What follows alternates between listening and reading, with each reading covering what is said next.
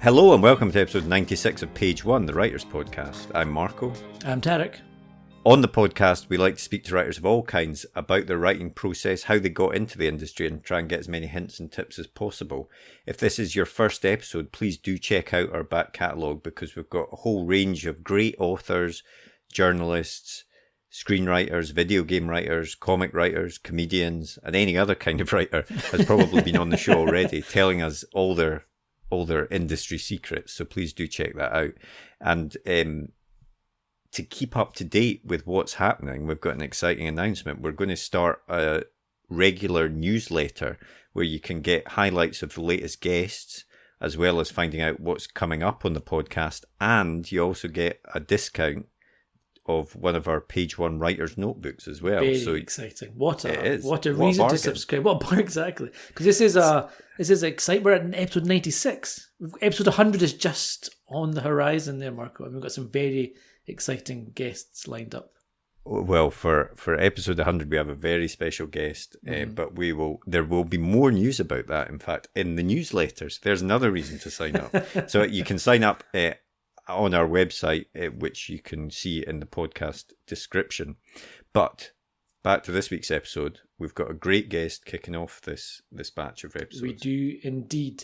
Tasmina Perry is our guest today. She has written a whole bunch of books starting back in 2006. She's written books with her husband. She's written books under pseudonyms.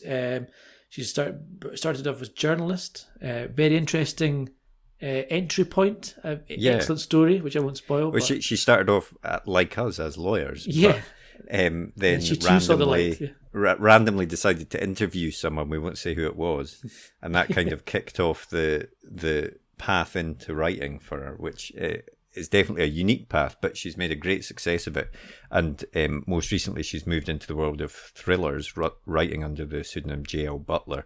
And she also talks to us about not quite moving on from traditional publishing, because she still has some traditional publishing, but she's also started her own publishing imprint as well, which is sort of this middle ground, I suppose, between self-publishing and traditional publishing, but it gives the author more control and, frankly, a bigger cut of any sales as well, which is obviously important. Yeah, it's a really interesting new model, which we're seeing more and more authors go down. So we chatted about that, and she's got some very good points if anyone else is thinking about going down that route.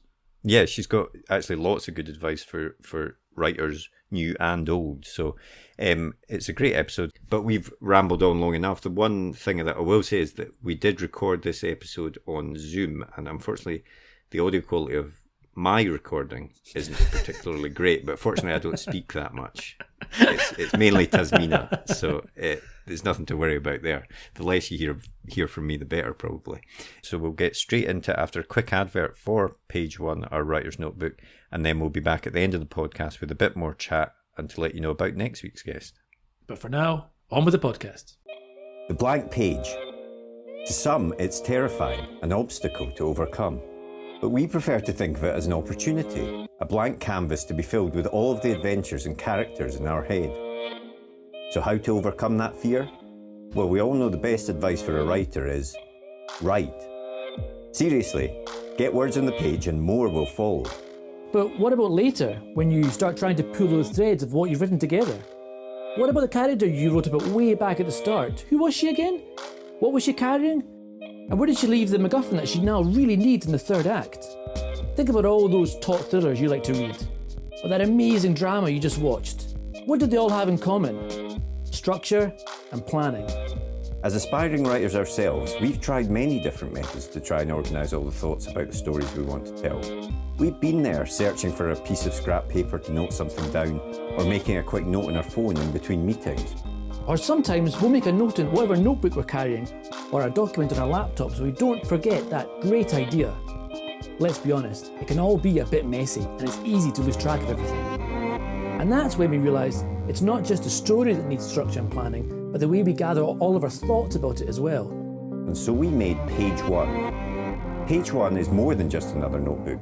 It's a place to put down all your ideas for your latest project, divided into easy-to-use sections that will help you plan your story, so that when that blank page comes calling, you're ready to answer. And then afterwards, once it's written, we realised you need to plan how to let people read it. So we included a section relating to submissions. Each one is designed for one project, whether you want to write a book, screenplay, a comic, or any other kind of story. We truly believe that when you use it, it will help you get to the main event, writing your story. So we hope this helps. We can't wait to read what you come up with. And remember, every story starts with page 1.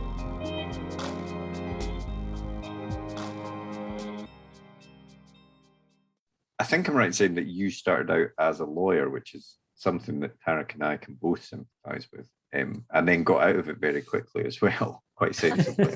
We're a tribe together. Exactly. That's I mean, it's interesting, actually, how quickly did you know this isn't for me?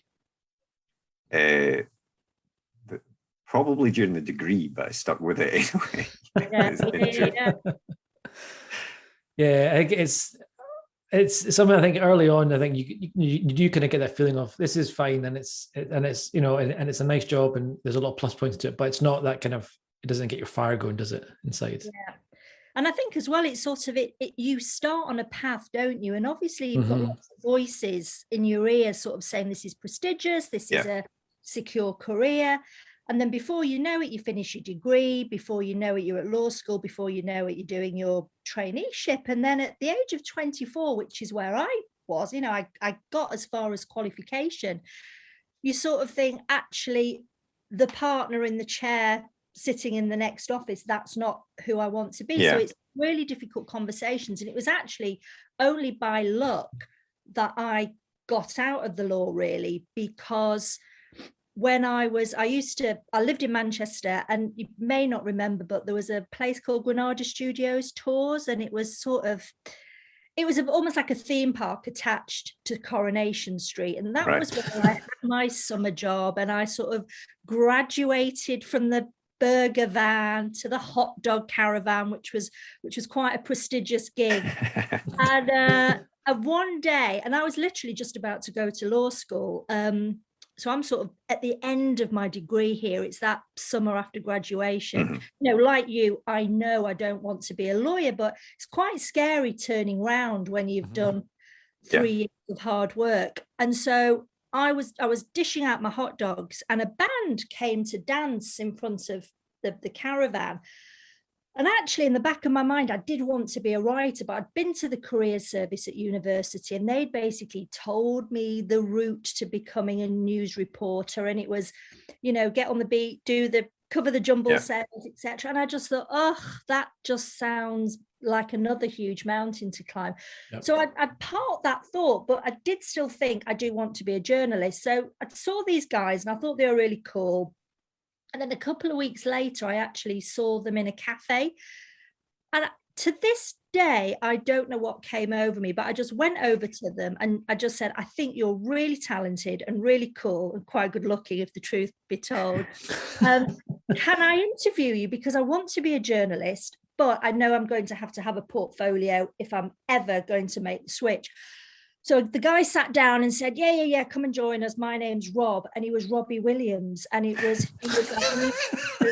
had just left his mum's flower shop to basically be in this band. And actually, Gary Barlow wasn't there. I got the sense that there was the Svengali behind the scenes who was doing all the business meetings. And these guys, the other four, were just hanging out in the Mary Rose Cafe.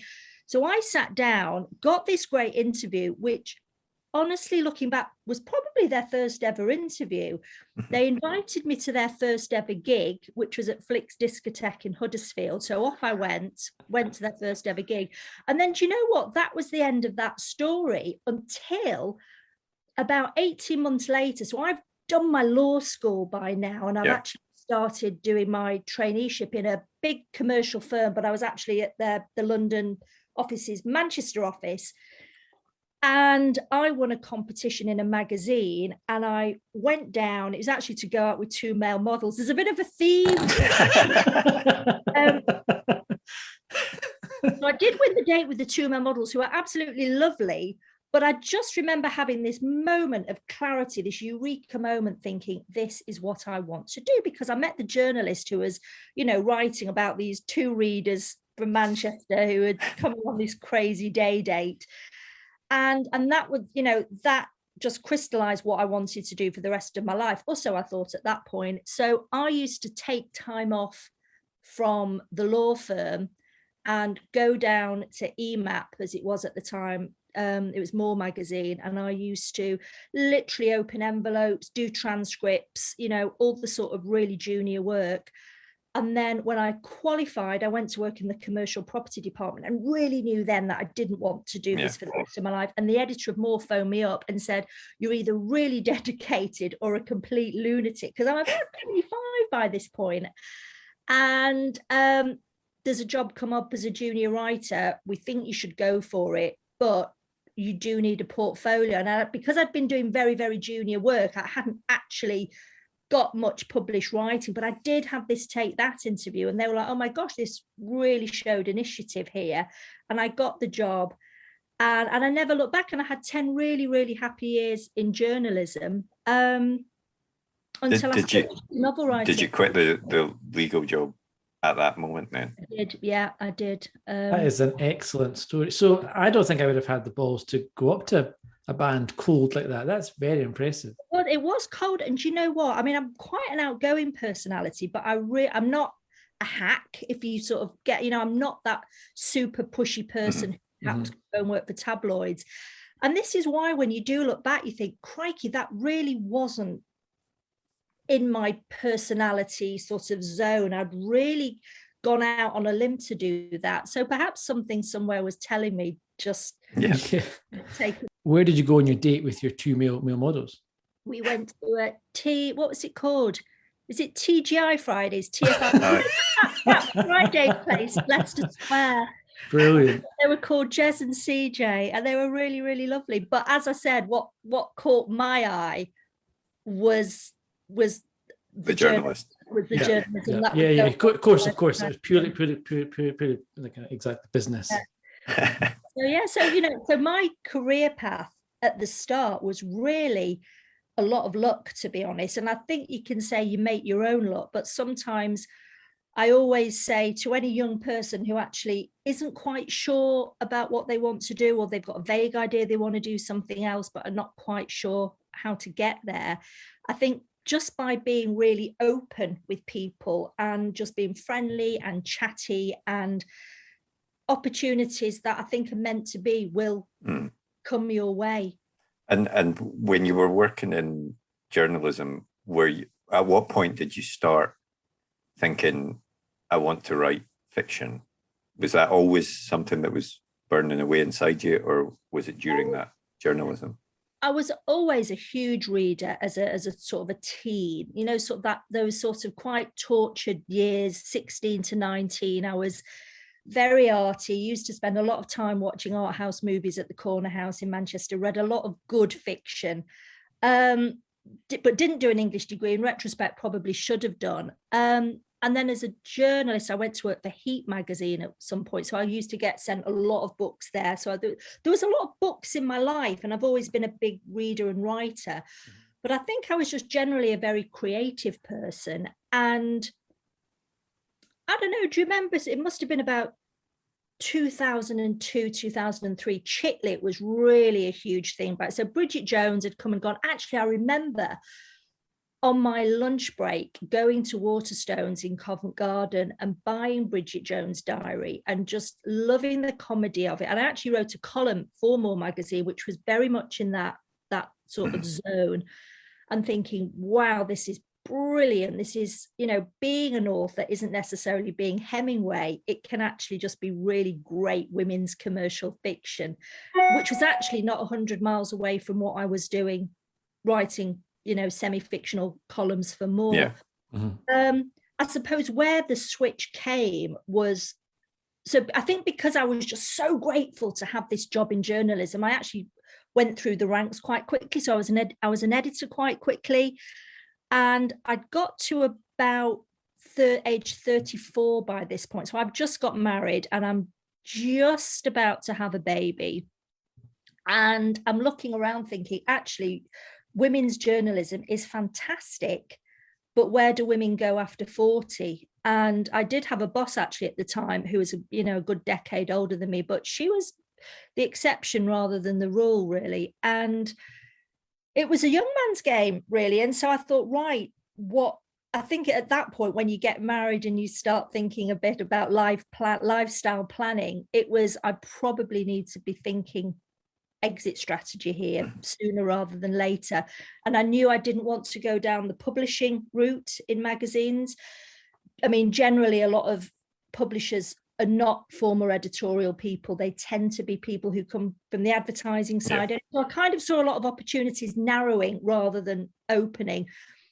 And so I thought, I'm going to have a crack at a novel. And so I remember myself, my husband, who wasn't my husband then, and another guy who is actually now my brother-in-law, Will Storr, who's a great non-fiction writer. We all went and got a little National Trust cottage, and we all went away for a week and just wrote. And actually that book didn't go anywhere. I found it fairly recently. It was a really poor attempt. But actually what it was good at was just sitting down and getting words on the page.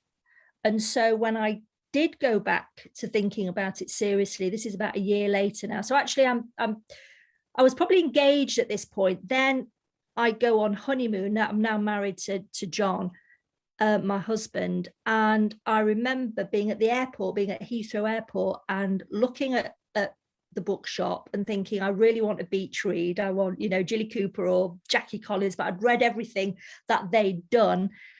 And so I bought a biography of the Mitford sisters, and I read that in my hammock. And at the time I just thought, wow, this is a really great premise, a sort of, some 5 very controversial sisters. What would they be like today? And there was my idea for my book. And I started writing a book called Daddy's Girls, literally on honeymoon. Actually, I was sort of sketching it out on honeymoon. And then when I came back, and I felt as if I'd moved into this second phase of my life where I wasn't going out all the time and, male models and going to no more TJ Freddy's. living the dream, something dream. I just wanted the quiet nights at home with my husband. So actually every Wednesday night, I think it was, and every Saturday morning, I was just really, really disciplined, and I just used to crank out the words. And I remember my friend Polly Williams, who's another great writer called Eve Chase now. She worked at InStyle with me, but she was sort of 6 months ahead of the curve. So she started writing a little bit before me. She got an agent very quickly. And I remember at the time thinking, oh, Polly's got an agent. I'm never going to get an agent, because I knew how tough it was. And we both got agents. And then Polly got a great book deal. And I was like, oh, lightning doesn't strike twice in the same office. And then I got a book deal. And that was it, really. So things did happen quite quickly. And I finished that first novel. So I knew when I was going into hospital. I had a induced birth, so I knew when he was arriving, and I literally finished it 8 hours before I went into hospital. Wow. So, yeah. That's a deadline for you. Yes. Exactly. Pressure always helps. That laptop on enormous bumps. And in terms of when you did find the agent, did having a career in the journalism side of things, was that helpful, or were you using any contacts, or was it a case of just going cold? Do you know what I mean? You know how people say, don't you? Oh, you just get the Writers and Artists Yearbook, and that's what I did. I mean, like, literally, I suppose I could have made loads of phone calls and I could have asked around. And actually, Polly did put me in touch with her agent, who did agree to take me on, actually, but then she went quickly on maternity leave, so that option was closed. But that's what I did. And so my first agent was Sheila Crowley, who was at AP Watts at the time. She's a fantastic agent. And I literally just sent off a letter, and it was sort of back in the day, it was just sort of pre everybody sending things digitally. And I just wrote a fun letter, made sure, actually, and this is a really good tip, find out who the assistant is, because generally it's going to be the assistant who reads it. Mm-hmm. And I just gave a bit of my background. And it turns out that the assistant really enjoyed InStyle magazine. So that was a definite help for me. but yeah, I just found out the name of the assistant. I wrote a very personal letter to her, and she passed it on, and I got taken on. So yeah. Brilliant. And since Daddy's Girls came out, you've not really looked back. You've been prolific since then. I think it was at least a book a year for the first few years thereafter. Was that deal? Did you get a multi-book deal when you first signed on, or was it just the one book? I got my first book deal was a 2-book deal. Then I got another 2-book deal. Then I got 2 4-book deals. Right. Ooh, nice. So actually, yeah, it's there's a lot of security that comes with the longer book deals, but you can get a little bit caught out with it as well, because perhaps, I had a great relationship with my editor, but at the top personnel was changing, and I thought perhaps I should be somewhere else.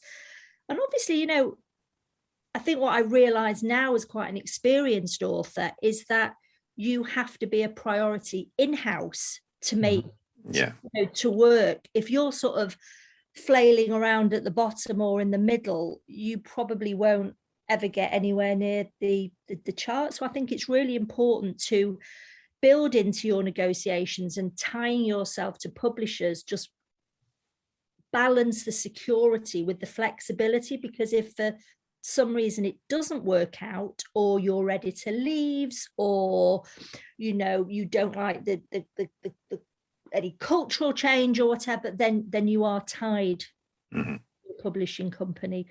So and did the discipline that you had for writing Daddy's Girls and hitting that important deadline, did that discipline, and I suppose the discipline of writing for magazines and stuff, help when you suddenly have these multi-book deals that you have to be handing in the work?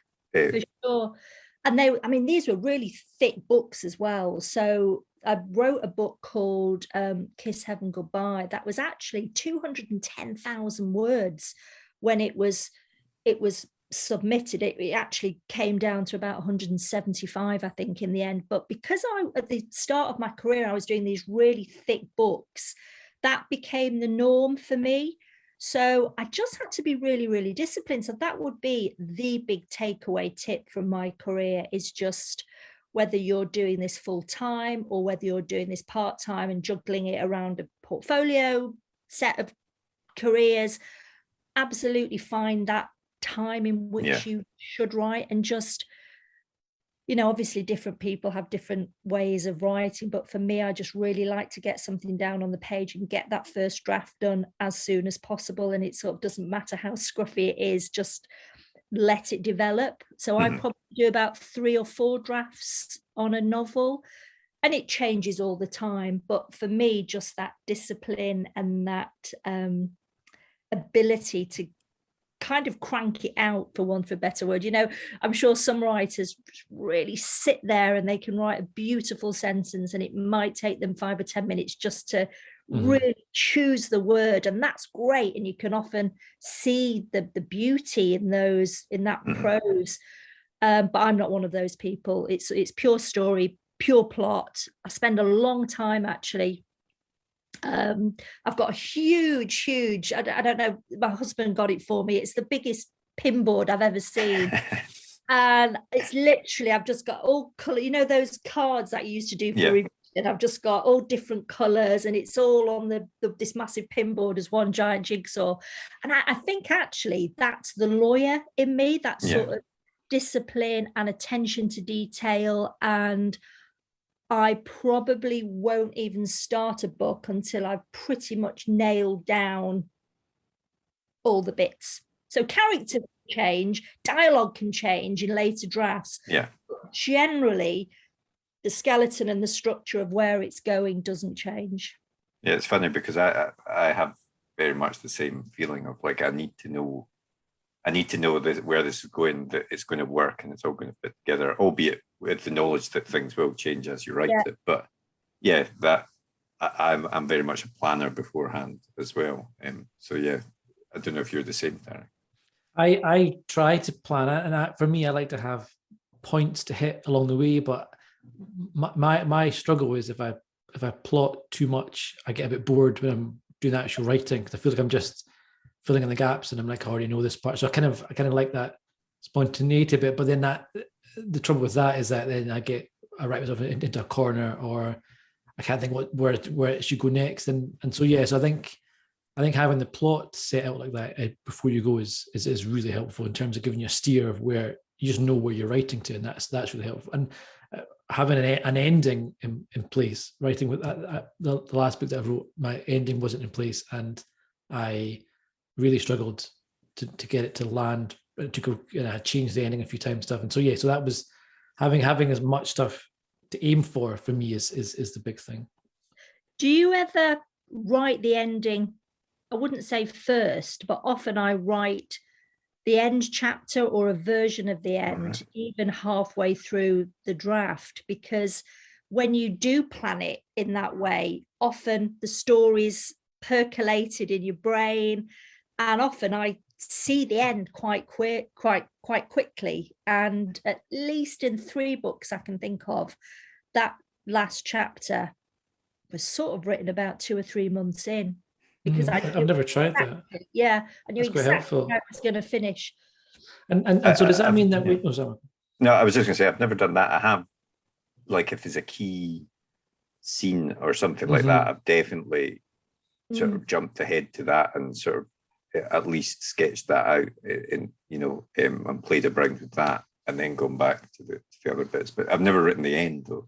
So early. Yeah. And does that mean that when you are writing, your number of revisions is fairly low, because you kind of, as you say, the dialogue and stuff might change, but the kind of bones of it is locked in, so it's not as long a process, or not as many redrafts until you're happy with it?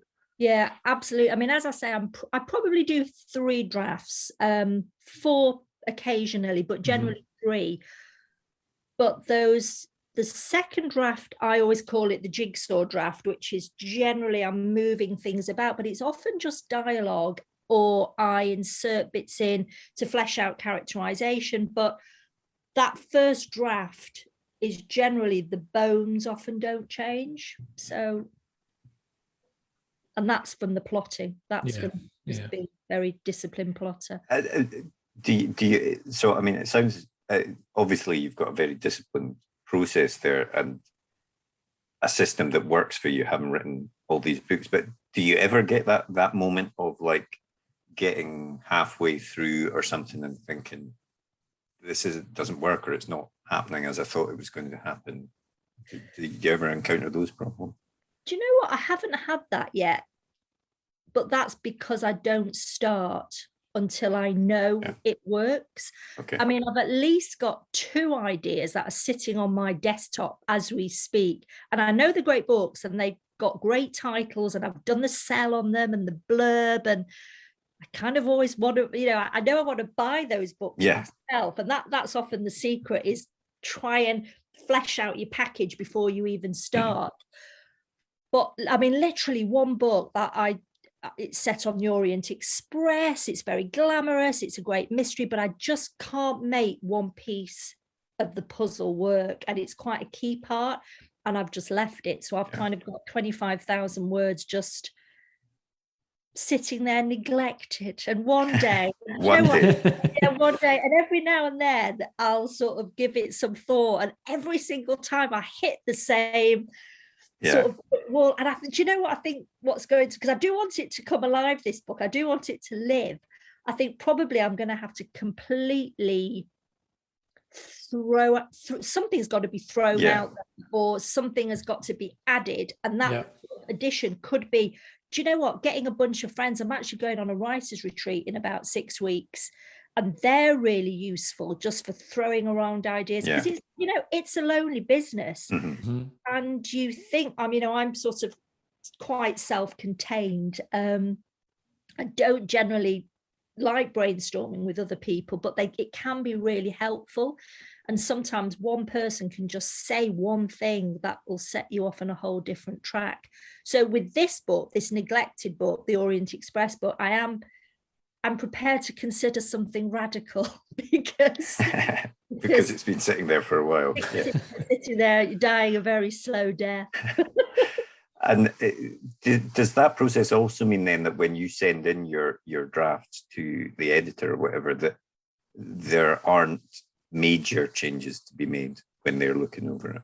Yeah, I mean, generally my drafts are very clean when they go in, sort of, minor things. But no, I like to give it in pretty much cooked. Final form. Yeah. Yeah.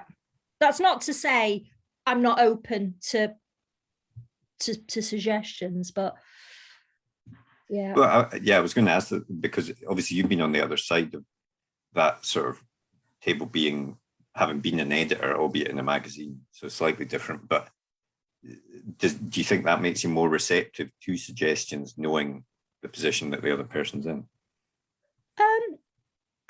Yes, I say that now as sort of somebody who's written 16, 17 books, but I remember my first novel, that was the one where there was the most change at the end. And I remember Wayne, my first editor, who's great. Sorry, something keeps pinging. That's okay. Wayne, my first editor, just went, you know what, this ending, I know what you want to do with it, but it's beginning to feel like an episode of The Sweeney. And I was like, that's not the vibe we want. You know what, even though I knew he was right, I was really, really resistant to change. Yeah. But I knew he was right at the end of the day. I thought he's when you sort of take a step back and you don't be so precious with it. And I think I'm much more brutal with my own work now. I mean, now, again, a few years in, you do get a lot more dispassionate. I think at the beginning, you are hugely emotionally involved, I think, with your work and what you write. And it's like, oh, I put so much, my heart and soul has gone into this. Whereas now I'm kind of like, oh, okay, if you think it's changing, let's have a chat about it. I suppose it's because, in that, if it's your first book or whatever, then you probably spent longer on it than you would normally in anything else. And it's the achievement almost is that I've done this now, and now someone's wanting to change it. Whereas once you've done 5 or 6 or 7 or 8, you can do it. So you're maybe more, there'll be another book at the other side of it, kind of a thing. So I don't know, just that might be something. I think that's absolutely right. And I also think, again, with the benefit of experience, you realize that actually it's a business, and this is a business. And, certainly for people who do, more literary books, for want of a better word, perhaps I would still want to keep a very tight leash on it. But now I very much take the view, if a reader or an editor or a publicist or someone in the marketing department feels there's a major issue with something, and thankfully I haven't really had that, but you go, actually, this is all about the reader, this is all about the reading experience, and this, if this isn't working for one person, it's probably not going to work for lots of other people too. And I want to deliver the best reading experience possible, really. So I think once you remove that emotional connection with your work and see it as, and this is going to sound brutal and sort of, but it's not meant to be, sort of see it as a product that is there for people to consume and enjoy, then you constantly think about the reader more rather than yourself. So I'm always thinking about the reader. It's like, I love reader feedback, I love getting messages. Obviously sometimes suggestions don't work, but that's what we do this for. People pay money for what we produce. Absolutely. I wanted to ask you about some of your young adult books, which you've written you've written them under pseudonym Mia James with your husband. And I had a few questions I wanted to ask you about that. The first was, what's it like writing with someone else? Do you, and especially writing with someone that you're so close to, does that make it easier, or does it make it harder? And what's your process? Is it chapter about? Do you just revise each other's chapters? How does that work? Do you know, in that case, in Mia James, it was probably 75% John, to be honest, whereas he did the bulk of the writing I did a lot of the editing and I did a lot of the plotting as well. So I think it's, if you ever do a collaboration with somebody, you go into the process knowing what your skills are and appreciating what the other person's skills are. So I think, me and my husband, we have worked as journalists together, so we already had a good writing relationship as well as a personal relationship. And I think with the words, I had a very light touch with it. And I think if I thought plot points weren't working, or if you sort of deviated from my skeleton, that's when we'd have chats about it. But it was actually a really, really great process. And there's lots of husband-wife writing teams like Nikki French, and it's fantastic actually. When it works really well. Yeah. Although I have to say, we were getting a bit too close and a bit too on top of one another. So he got a shed in the garden, and then I started getting shed envy, and I'm like, now I'd like a shed, and he's like, you'll be looking at me from your she shed, and I'm like, oh. So anyway, but weirdly, we've now just, when the whole world is moving to work from home, we've just got an office. So actually, I mean, weirdly, given that I wanted my own separate space, we're now back working together in the same room, but we actually have to do a commute to do it. It's only a 20-minute walk, but it's been fantastic, just both of us getting out of the house. And also, and again, I don't know what it's like for you when you're working and writing, but it bleeds into the rest of your life, doesn't it? And I think it's really hard to keep that separation. It's quite nice, I suppose, to have that, always able to bounce ideas off. As you say, it does bleed out. You're always kind of mulling things over, or you're saying something and wondering if that, or you're scribbling a note down, whatever, and having that kind of living in that full time, I guess it must be quite creatively fulfilling, I suppose. Creatively fulfilling, and yet you've got to be really, really careful that it doesn't become too full on. I mean, my husband probably reads. We actually, when we had to do our tax return recently, he was sort of collecting all his receipts. He's like, oh my gosh, I read 180 books last year. It's like, whoa, that is pretty for not. He's always reading, but he's brilliant at the end of the day, and after we've had dinner, we've got a 16-year-old son. He just chills out and reads, whereas I find it really hard to switch off. And actually, this was a couple of years ago. I've not been because of COVID, but on Friday afternoons, we just used to literally down tools, and there's a local art school near us.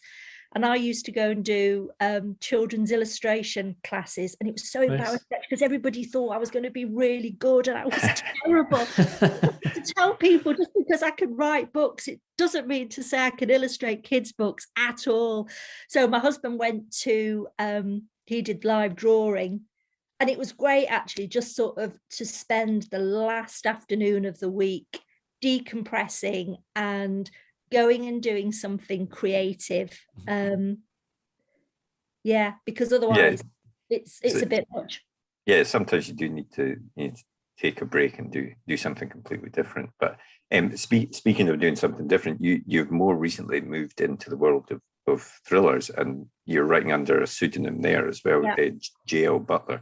I was going to ask, before we get into the books, why the pseudonym and why the initials? Yeah.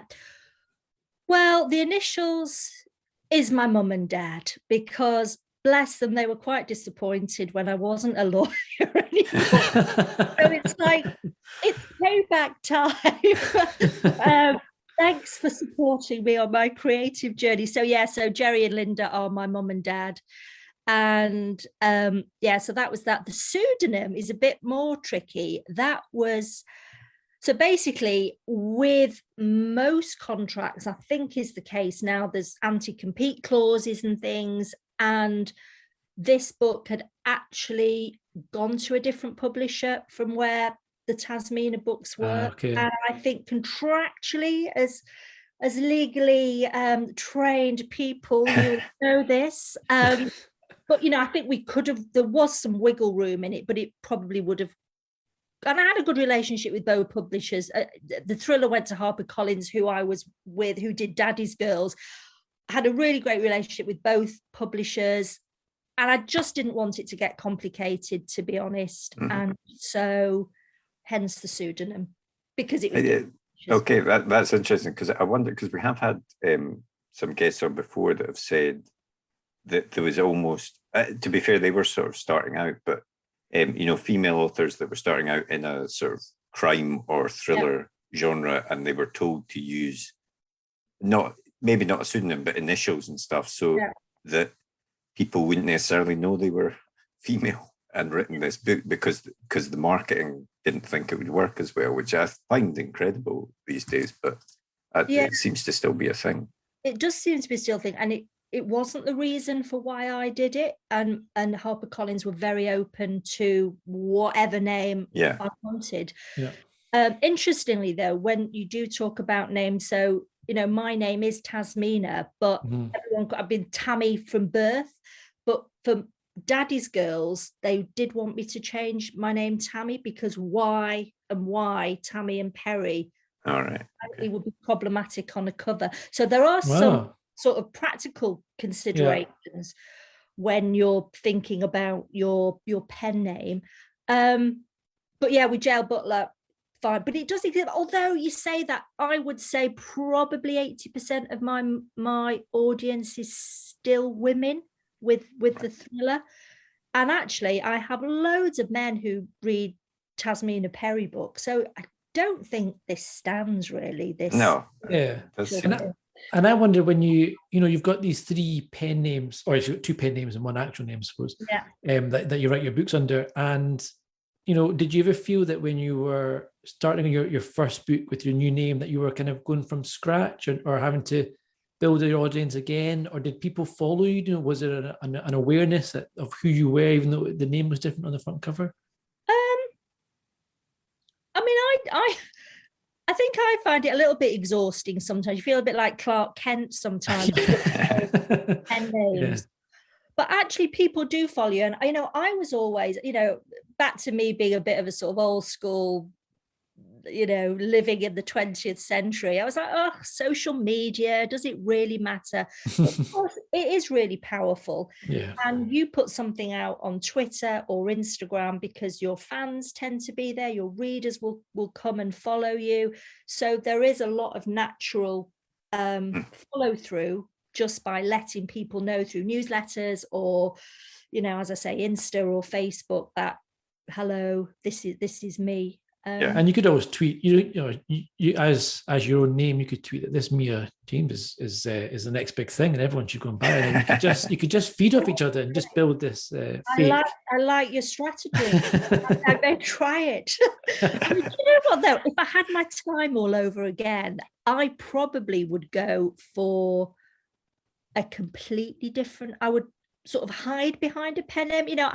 I'm sort of quite envious about people like Sophie Kinsella who've got this public life almost, and then she's just Maddie behind the scenes, because obviously careers have sort of ebbs and flows, don't they? And you imagine a scenario, for instance, where take Tasmina Perry has a huge bomb. It's hard not to make that feel personal, actually. Or, publishers coming along and going, oh, well, bad sales track, let's change your name.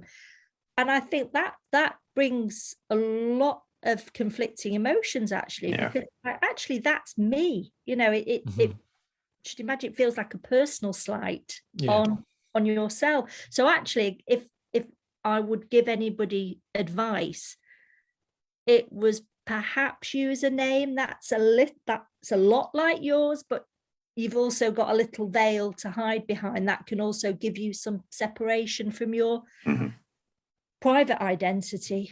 Yeah. And so the first thriller I think was Mine, which was a big success, and you sold that to Sony Pictures. Is that right? I did. Well, do you know what? That was an interesting one because, back to all these things sitting on my desktop. So a few words of encouragement to anybody that's got, words lying in a folder. That the book that became mine was actually sitting in a folder for nearly 4 years. And unlike the Orient Express book, where I have hit a brick wall on the plot, with mine, it was absolutely crystal clear what I wanted to do with it. You know, I had this idea, it was fully formed. I was really proud of the idea and confident people would enjoy it. But do you know what? I just didn't have the time because, you know, back to saying, you know, I was doing one book a year. I think one year I did 2 books for headline, and it was pretty exhausting, to be honest. And so the thriller got neglected, not because I found it tricky, but because sometimes there's just not enough hours in the day.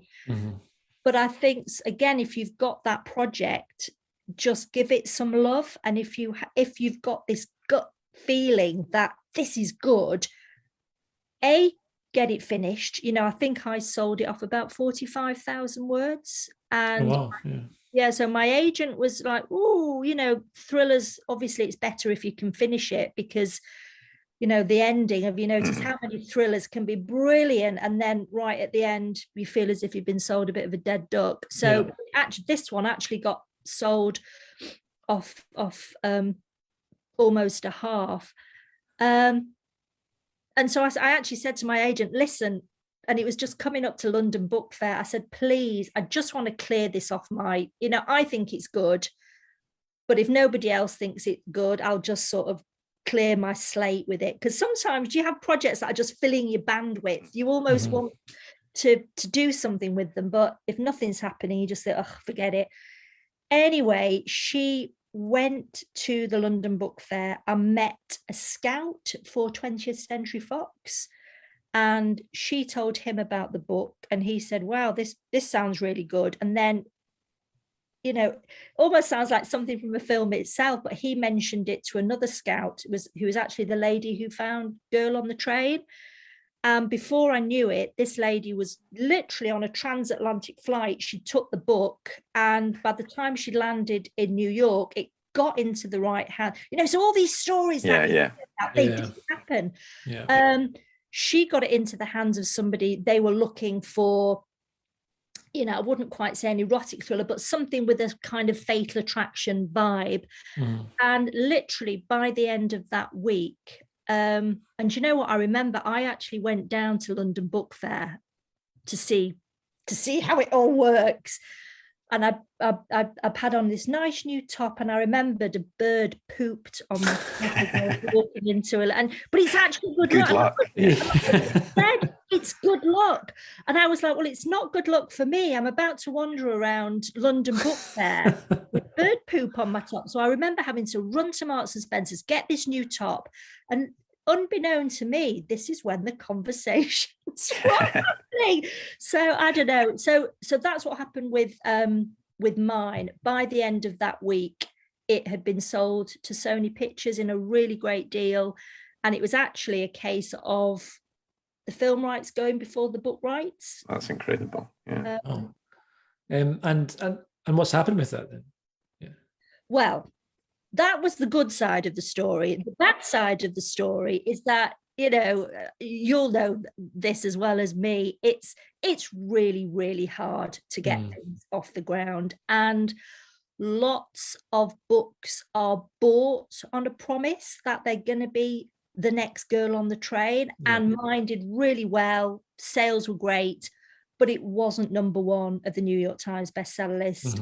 And I think it got to number 11 or number 12 in Britain. So it did really well. By any measure, it was a success, but it wasn't that huge breakout hit I think they were hoping for. So there's that, because if you do get the enormous breakout hit, that fast tracks it to being greenlit.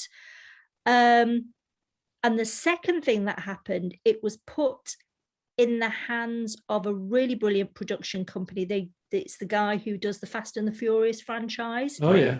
And he was with Sony. He was on some sort of first look relationship with them. So he was given it. And then literally at this time, he then went to move to Paramount. So it kind of became a bit of an orphan book, which I subsequently is the kiss of death. So it's now with a French production company, and a script has just been written to be a French TV production for sort of the French equivalent of ITV. Cool. So it's very, very early days, but it's got further than it did in Hollywood. But nice. As I said, do you know what? For me, it's been an exciting adventure. Yeah, absolutely. Yeah. And I think whenever anybody gets a whiff of options, it's exciting. Take the money, go and have a Hollywood cocktail somewhere. But it's tough, it's tough. Yeah, so many things have to line up perfectly for it to move ahead. You know what, Tarek? I think that is absolutely it. I think this is a business where great books, I really do believe, will see the light of day in the end. But often things do have to align. And that can depend on many things. And sometimes you feel a little bit out of control because, as I said, an editor can change, or an MD can change, or, I remember I had my book, Kiss Heaven Goodbye, the big fat one I was telling you about, that did really, really well. So much so that I was asked to ghostwrite a trilogy of books for Donald Trump. Wow. Yeah. This was before he was obviously this was sort of the tail end of his apprentice days. Yeah. And he apparently had a deal for doing a trilogy of books, wanted a ghostwriter. I was with William Morris at the time. My hat was put in the ring and I got turned down. But then I don't know what happened with that writer, but they came back saying it didn't work out with them. And no big surprise. Had been a huge hit. And would I be interested in doing it? And do you know what? I don't know what made me say no, but we got into negotiations, and clearly I hadn't read The Art of the Deal. But I think that was probably I agree. Dodged. Yeah. I think that was I agree. But it was funny actually what happens, because it was because of that and really thinking about, okay, another project has come along, and in the end I didn't end up doing it, but it made me think about doing projects alongside my Tasmina book. So actually that's why I wrote a second book in my sort of 1 year writing cycle called The Proposal. And it was also, once the proposal had been filed, why I then ended up writing the thriller called Mine. So I think it was me that actually, in a weird way, it worked for me, that opportunity that didn't happen, because it made me think about parallel projects, whereas I think there's a real temptation for authors just to have a very singular vision on one book that they're writing. And do you know what? Sometimes it works, it may be a big hit, sometimes it might not work. So I think to have something else bubbling alongside isn't a bad strategy. Definitely. And now you've got Unfaithful. It has just come out, I think. Do you want to tell us a bit about that? So back to my law career. So mine was about a divorce barrister, basically a family law barrister. And it did well. And when you sit down with your editor to think about where you're going next, I generally present ideas to my editors and they're accepted. But with this one, they were like, maybe you should be the law person, maybe you should write. And actually lots of people have had success with that. Sarah Vaughan did Anatomy of a Scandal, that did hugely well. So I was going to think of another legal book, for want of a better word. And then I always think as authors, you've got to keep your ears open to the world and listen to the conversations around you and try and get a sense of the mood that's going on at the moment, and actually almost try and be at the start of the curve of the mood, because it takes so long to write a book. You don't want to be onto something by the time it's finished. So I was just having hearing lots of conversations about sort of women my age, late 40s, early 50s, who perhaps had big jobs or careers 15, 20 years earlier, but had taken time out to have kids and suddenly found themselves as empty nesters, feeling a bit lost, a bit sort of flailing around looking for an identity. So I really wanted to explore that. So I decided against doing a legal book, although it does have a legal strand in it, where basically our empty nester, her daughter goes off to university. She's got a husband who's never there, very successful guy. She's feeling lost. She has a one-night stand with a college sweetheart, and she starts to get stalked, basically, and you never really know who it is. There's a cast of characters who could be trying to unravel her perfect life. And so, yes, there is a legal strand to it, but it's more of an exploration of identity post children, really. Mm-hmm. And is the thrillers, are these types of books the ones that you're wanting to focus on just now, or will you go back to the Tasmina name and write some more under that as well? Well, I'm doing both.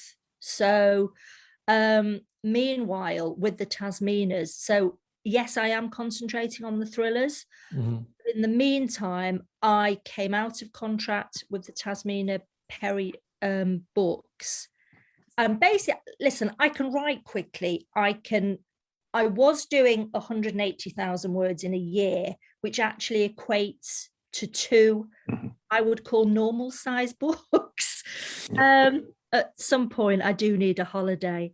But meanwhile, my best friend is a lady called Bella Andre, who is a super successful indie published author. And she was like, are you going to sign? She's been telling me for about 5 or 6 years that independent publishing perhaps is the way forward if you can write books quickly. So last year, I took a really deep breath and said no to extending my contract for Tasmina Perry with my traditional publishers. And I guess, you know what, I only did that because I had the HarperCollins traditional deal as well. So I kind of am slightly hedging my bets here. And actually just set up my own little publishing imprint because my husband used to be a publisher in journalism. Cool. So that's interesting. And it feels really new and really exciting because my first little book, which is called The Singles Table, and it's a bit of a departure actually because it's sort of a romantic comedy, sort of Richard Curtisy style thing set at a wedding over a weekend. And I probably wouldn't have been allowed to do that under the Tasmina Perry because it wasn't quite. But again, it was sometimes these stories come to you and you're really passionate about them. And I released it under my little imprint and it's come out now, but it was in the Amazon top 100 bestseller list for 3 months. I was really proud of that actually. And one thing I would say to anybody listening, that it's really changed out there sort of since I started 15, 16 years ago. Back then there was a very linear way of doing things. You've got the agent, you've got the publisher, there were lots of gatekeepers. And the traditional publishing deal was the goal. And then once you got the goal, you then had to become a priority. And then if you were a priority in-house, then you got the top 10 bestsellers with if the wins were with you. Whereas now there are lots and lots of ways to go to market and to connect. So I actually think these are really, really exciting times. You know, you probably know this, but journalism is in a state of flux at the moment. You know, magazines are closing hand over fist. Newspapers are having lots of layoffs, but actually the power is with the content creator, the wordsmiths. And so long as you can spend a little bit of time promoting yourself, marketing yourself, understanding that this is a business, it's back to what we were saying earlier on. I think there are really loads of prizes out there. And I actually have just encouraged a friend to do this who was, I won't say who she is, but she's successful. You will see her books in every supermarket. And she was getting a really crappy advance, to be honest. And I'm like, do you know what? I don't know who's making money here, but it's not you. And actually you are the person who is providing the story. And she has gone away and she's done it herself. And again, she was somebody else who took a deep breath, and it was really scary. And she was given a very long talking to by her agent. But she's done it. And she actually sent me a WhatsApp message yesterday just to say she's made more in 3 months than she did all last year. So it's exciting. So for anybody who has a door closed, and you know what, for lots of people, you know, seeing the book on the shelves of a supermarket or in Waterstones is the dream. I still get excited, I can't lie, but there are lots and lots of other ways to do it now and make a living writing, which is kind of the goal at the end. So is that sounds like it's a sort of in between step between sort of your Amazon self-publishing and traditional publishing. This is having your own imprint of and publishing your own books and selling them presumably online and things like that. Is that right? Which is actually what a lot of people are doing. So companies like Bookachaw and Joff Books are actually using and both of whom are phenomenally successful, by the way, doing really inspiring. They're using the framework that the self-publishers, the indie publishers are using, and that Amazon is set up for them to use to actually go. And I've taken on another author actually, which is exciting. I kind of don't know if I'm piling up too much work on my plate. But I also quite like, and I don't know what you guys think, you've got a great podcast, and I think when you're a creative person, you like a selection of things to do. It's great to have your fingers in lots of different pies. And I think the days are gone. I think there are some people, there's a very, very top slither of authors right at the top, Ian Rankin, Lisa Jewell, who are getting fabulous deals and, feeling the love. But the mid-list is kind of huge now. Before I thought there was a really fat slice at the top. That's become a slither. And lots of people that you think are making really great livings are possibly not. So I would say be really open-minded about digital publishers, about doing it yourself. Setting up your own imprint isn't difficult. You obviously need to approach it as a business, as you would approach starting a shop or a cafe or a restaurant. It's a business. You have to do things properly. Or you can take the pure, I don't know, there's just, it's exciting. So there's definitely more options now than even 5 years ago. Never mind 10 years ago. I think that's definitely true.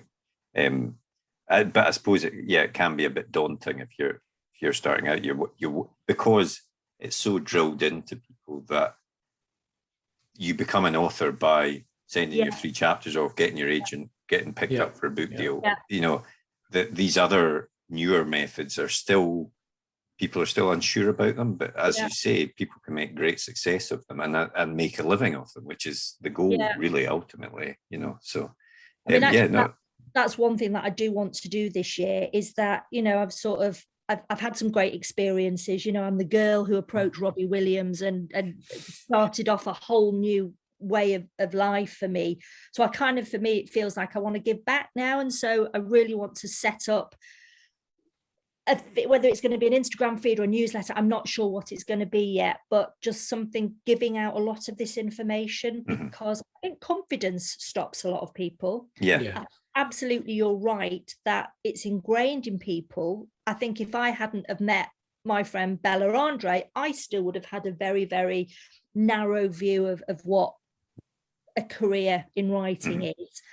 And people need information, because it's as I said, I keep saying it, these are really interesting times, and I think they're sort of very meritocratic times as well. And just by removing the gatekeepers, people can have careers as authors, which is fantastic.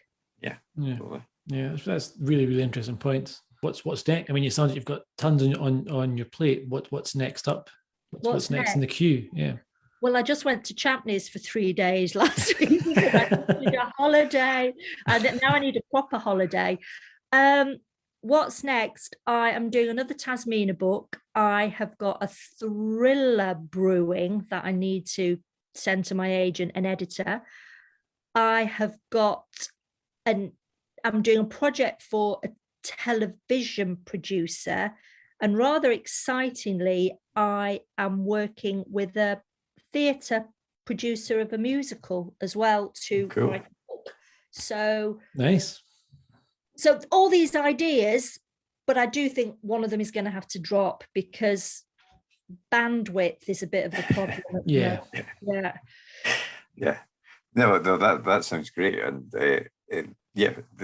really interesting to hear about the imprint thing as well. Yeah, absolutely. For our listeners, it is a lot of them want to get into writing, so it's always good to hear all of these different opportunities. But well, as I said, if anybody does want to get in touch, I've had a lot of people be kind to me over the years. So obviously I haven't got all the answers, but I do have lots of different experiences in lots of different fields. So feel free. Well, that's brilliant. Yeah. Thank you.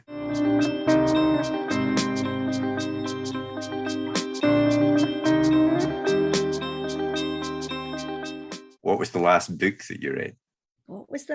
Well, I have a 16-year-old son, and when you have teenage children, particularly boys, you've got to kind of get them away from the video games and the YouTube videos. So as part of the sort of the New Year's resolutions, we've decided to have a family book club, and we are always reading good literature. And I have to say, this is another good tip if anybody's got teenage kids. So our first book, and we're all taking a month to choose a book. So Finn chose this month, and he's chosen The Great Gatsby. Cool. Next, we've got Memoirs of a Geisha, which is my choice. Then we've got Hunchback of Notre Dame. Again, if anybody's got any suggestions, send them forward. So that's the last book I've read. I read The Great Gatsby, when I was the sort of very earnest 18, 19-year-old. And it's fantastic, revisiting a great book, because I do read a lot of women's fiction to have a look at the market. So it's great just to go back and read classics, but do it in a way that is fun and a way that can connect you with people. And I know everybody's doing book groups with friends and neighbours, but actually to do one with your family. Yeah, that's nice. Nice. Yeah, no, I like that a lot. Yeah. And what about the last film that you watched? The last film that I watched, I'm having a real Nancy Mayer moment at the moment. So obviously I watched The Holiday along with everybody else over Christmas, but I've been revisiting some of her old stuff. So I just watched Something's Gotta Give with Jack Nicholson and Diane Keaton. Oh, yeah. And, I mean, it's just brilliant writing, to be honest. And as I said, when my Tasmina book that I published myself was very much in that sort of Richard Curtis vein. And so it's just really great to go back and revisit just people who are really, really good at their job. And Nancy Mayer is fantastic at that sort of, property porn sort of relationship. So like she often looks at couples who are not 30-somethings, who are sort of, the Jack Nicholson, Dan Keaton one, they're 50, 60 something. And I think actually that is a sector that needs exploring, because I don't know what your sense is of who's reading. I like to think book sales are booming at the moment, but it's certainly booming at the sort of the 50 plus end of the market. And I think certainly in women's fiction, heroines are still the Bridget Jones style. I think there's a bit of a disconnect here. And one thing that I would also say as well is, remember, and I think this is why these books are getting commissioned, because a lot of the editors are female 30-somethings. And so perhaps this is why there's this, I think, overrepresentation in the market of a certain type of woman. It's what editors are looking for, because it reflects them. So I'd really love the subject matter of books to be opened out, actually. Well, that going back to what we were saying, it'll be interesting to see if the expansion of other forms of, writing that's getting out there changes the market a little bit. Because, like you say, there have been gatekeepers, and maybe they are all around the same age, and it kind of focuses on a certain area. So that'll be interesting to see over the next few years if that changes. I mean, one thing that's been a revelation to me over the past year is actually sitting down and looking at the market in its widest sense. So when you start doing your own thing, you've got to get serious about the business side, looking at who is reading and who's reading widely, who's buying a lot of books. Yeah. And actually 60-something women, I see it with my mum, actually. She's retired.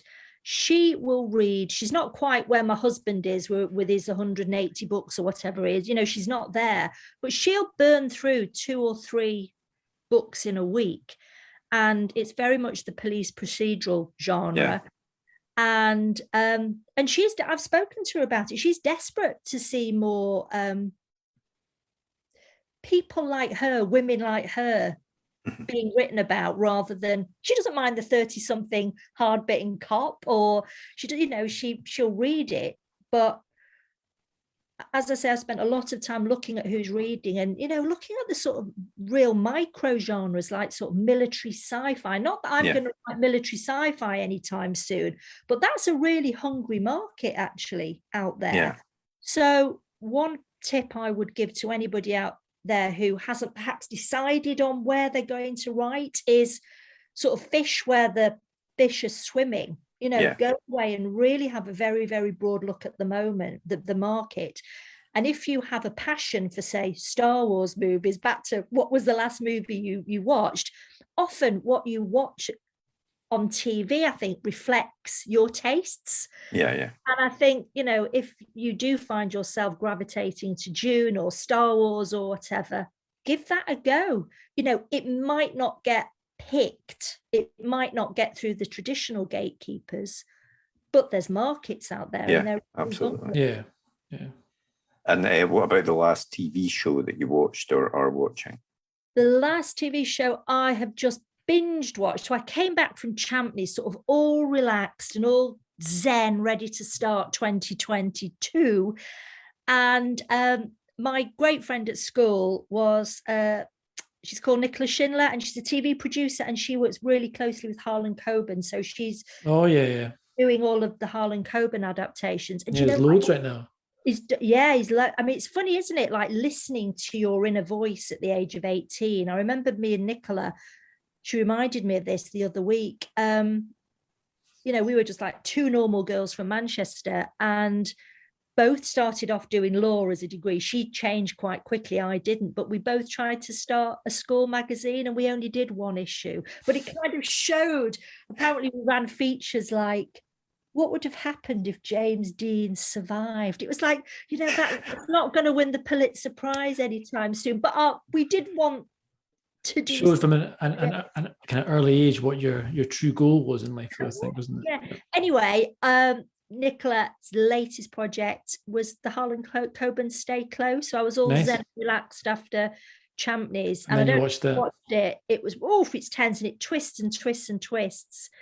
And I mean, actually, something that Nicola did say to me, which is another good tip for anybody who has got designs on script writing, is Harlan's books, when you read them, they translate so easily to TV. There's so much action, whereas some authors can write brilliant books, but if there's a lot of introspection, a lot of sort of first person thought process, you can be 80 pages in and you haven't got 2 minutes of TV there. So, if you've got your eye on Netflix, I think that's the way. That's right. Think of what it translates.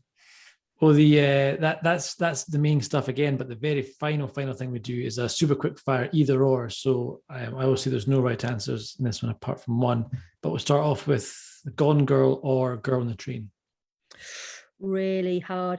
I think I love them both. I think it would have to be Gone Girl, purely because I think those opening chapters, and I can remember them really vividly, are absolutely superb about the demise of journalism. Mhm. And, you know, that's somebody, I think her background might have been, did she lose her job at Entertainment Week? I'm not sure. It just, every single word, any journalist who reads those chapters, it's like literally having a pub conversation with a friend, but done in a really beautifully articulated way. So for pure writing genius and capturing a moment and a mood, gone girl. Nice. Cool. A night owl or early bird? Oh, do you know what? It kind of depends on the season. So I used to be 8:00, 8:30, you've still got to extract me from my mattress. And then I did a weird thing. I actually I moved our bedroom from the front of the house to the back of the house. And the back of the house gets loads of early light. And I had quite light curtains that I've not changed. And so in the summer, the light sort of hits it. And at 5:36 in the morning, ping, you just feel ready to go. Whereas the old bedroom is quite dark. It's sort of north facing or whatever it is, I don't know. So actually I have changed. The change of bedroom means no more an early bird. In the spring, summer, I am an early bird. Fair enough. Nice. And what about music or no music when you're writing? I would always say, until about 3 months ago, I would have said absolutely no music, until I discovered, and me and my son are big Harry Potter Potterheads. We love Harry Potter. I've been to see the Warner Brothers experience literally about 8 or 9 times. It's got embarrassing now where you raise your hand. It's like, who's been here before? Yeah, times. And I discovered the classical music suite behind. Oh yeah. So it's like a sort of a compilation of really, really beautiful Harry Potter soundtrack music, but the sort of gentle classical stuff. It's absolutely gorgeous. And so I've been writing a lot to that lately. Nice. TV or cinema? Oh, do you know what? I love the cinema. Again, it's something that is my thing with my son. It used to be my thing with my husband, but he's been ditched out of the program now. It's me and my shed. son. Yeah. So my son is another. He loves. He just wants to work in film or TV, and so he's got much more highbrow taste than me. But that's our thing, cinema. Nice. And the last one, real book or ebook? A bit, but I have to say I do the vast amount of reading on ebook. And actually, again, I'm quite old school. I never thought I would be that person, but I actually have the Kindle app on my phone as well. And so if I'm going into London, I'll read on my phone. I read on my iPad. I've got a Kindle. It's far and away the best way to read, isn't it? It is. And, I do, say I'm at my sister's house at the moment and I bring my phone and my Kindle, I've suddenly got literally 500 books there. Whereas otherwise I'm just lugging old-fashioned books around. Although one thing I do love that I've started getting into is if I do have a book, I really love beautiful editions of them. So I like I know what you mean. Yeah. Or, there's a lovely sprayed pages and stuff like that. Yeah, just really gorgeous. So yeah. No. Excellent. Well, you've made Tarek happy because that's the ebook correct answer. What do you say? So ebook all the way, absolutely. Just for the ease of it, and as you say, traveling with all these books on your device is fantastic. Yeah. And also, you're published by Amazon. So. I'm contractually obliged to say that. So yeah, exactly. This is where we are now. And what do you think about audiobooks? Because that's something I've really neglected. No, a big fan of them for sure. Yeah, I've listened to a lot of them last year. Yeah. It's a very easy way to kind of get a book in if you're doing other stuff, etc. And it's something that I've got into more during lockdown, I think, than I was before. But no, I'm an absolute big fan. Yeah. Yeah, these are exciting times. They are. They are.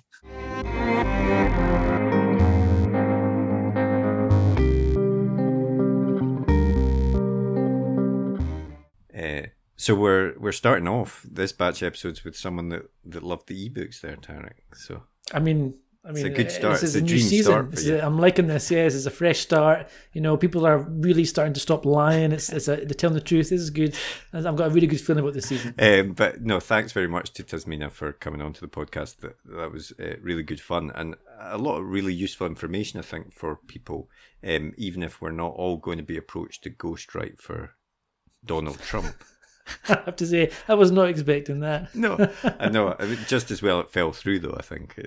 Can you imagine a worse person to ghostwrite for? I mean, I would the thought of sending Paige to that man for them to then come back with his notes for you to then to follow. Well, I don't think it would be notes. I think it would just be entirely changed, basically. Yeah, about how great he was. But no, it was really interesting, and obviously, as we mentioned at the start, that's starting the imprint of our own books is obviously a brave move, but it is something that can now work. We've had last batch episodes we had Hugh Howey on. Who obviously very big into self-publishing and stuff, and now traditionally published obviously as well. But there are just so many more routes, both for new authors and established authors as well, because even if you're established, traditional publishing maybe isn't the best way to go. Totally. These options are now opening up. It's something we've seen with LG Ross. I know she started up her own imprint, doing her own books after finding success. Trad, she then moved into doing it herself. But as you say, that kind of middle ground between complete self and you actually, it's kind of, I mean, I don't want to say the best of both worlds, but you do have more control, I think, over stuff. And the hard part, I guess, would be trying to make a name for yourself or break in. Because I think you need to have that circuit. You need to have that inbuilt base, fan base, followers that are going to come with you to that and believe in the project with you. And also, you need to be willing to do the marketing yourself. But as we've heard from other authors, unless you're a top ranked author, you're going to have to push in your own book anyway. Yeah. So why? I mean, the common sense argument is, why are you, if you're going to do the work anyway, why are you letting people take a percentage of it, where you could keep much more of the proceeds yourself, do maybe a little bit more work, but not much more, and have much more control over stuff, see much more income coming in.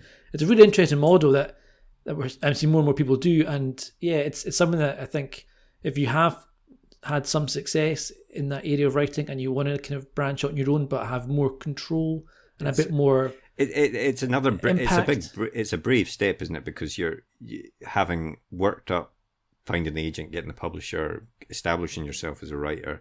You're sort of going back. You're not going back to the start, but you're kind of taking off the safety wheels that you spent so long making sure you could find, and stepping out into the unknown. But I think as more people do it, it will become less frightening, and maybe we'll see it as a more common thing. I think also it shows that there's so many readers are ferocious loyalists. Like, they will follow an author that they like. And if you have that loyal following, they don't care whether you publish yourself, or whether one of the top big five, or whether you've created your own imprint. That's all behind the scenes stuff to a lot of people. You won't even register to them. So as long as you've got that loyal following, they'll follow you wherever your book comes out. Yeah, no, that's definitely true. And actually, what you find is that loyal following doesn't need to be as large as you think, but it's difficult to get to that number. Yes. A few thousand loyal followers doesn't sound like much in the grand scheme of things, but it's incredible. Oh yeah, yeah. And then if you're able to get a few thousand, if you can then take 90% of the proceeds as opposed to 30%, that's a massive jump in your salary, and so it's a really interesting model. Yeah, no, definitely. Well, thanks very much to Tasmina for coming on. And obviously her latest book, Unfaithful, written as JL Butler, is out now. So go and grab a copy of that, and we'll put a link to buy that in the podcast description. But we have another great guest next week, and I'm going to let you introduce her. I've been working the online pronunciation machine here to try and work out how to say this. I don't want to say it wrong. But next week we are chatting with the awesome Lilja Sigurdardóttir, which I believe I've just nailed. So if not, I do apologise. But she is an Icelandic author who she's splits her time now between Iceland and Scotland, so quite a cool mix there. And she does that kind of Scandi noir, Icelandic noir. genre. And her latest book, it's a series of books, which the first of which is Cold as Hell, which is the first in her new series, and it's an excellent crime novel, and she's a lot of fun to chat with. Yeah, no, it was really good fun chatting with her. So, please do tune in for that one. Before we go, it's always really important in terms of helping us stay in charts and getting great guests on. If you can give us a review and a rating, and of course follow us and tell everyone you know about the podcast and get them to follow us, because then we'll continue to get these great guests on. And of course, if anybody wants to get in touch, they can always send us an email to podcast@writegear.co.uk or send us a tweet in the Twitter machine, which is @write_gear. But otherwise, have a great week. Remember to sign up to our newsletter, and we'll see you next week. See you later.